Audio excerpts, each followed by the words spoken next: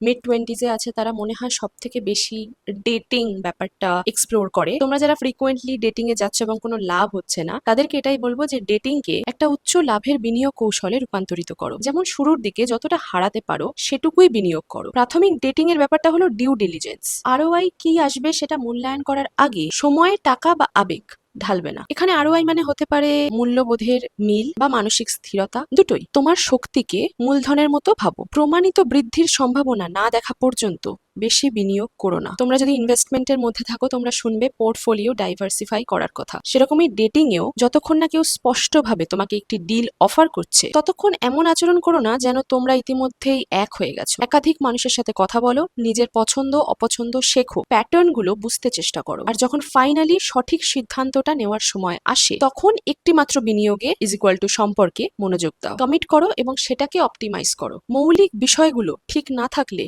তাড়াতাড়ি বেরিয়ে আসতে হবে। যদি মূল্যবোধের মিল না থাকে বা আবেগের হিসাব না মেলে তাহলে ক্ষতি স্বীকার করে তাড়াতাড়ি চলে আসো। অহংকারে আটকে থেকে সময় নষ্ট করা লাভজনক নয়। আমি এমনটা বলছি না যে তোমাদের মতো বিশেষজ্ঞদের আমি কিছু শেখাতে পারি, শুধু একটা মজার বিষয় নিয়ে খেলার চেষ্টা করলাম। প্রচুর রিসার্চ করি আমি ইনভেস্টমেন্ট নিয়ে, তাই জন্য ভাবলাম ইনভেস্টমেন্ট দিয়ে তোমাদের ডেটিং ওয়ার্ল্ডটা বোঝানোর চেষ্টা করি।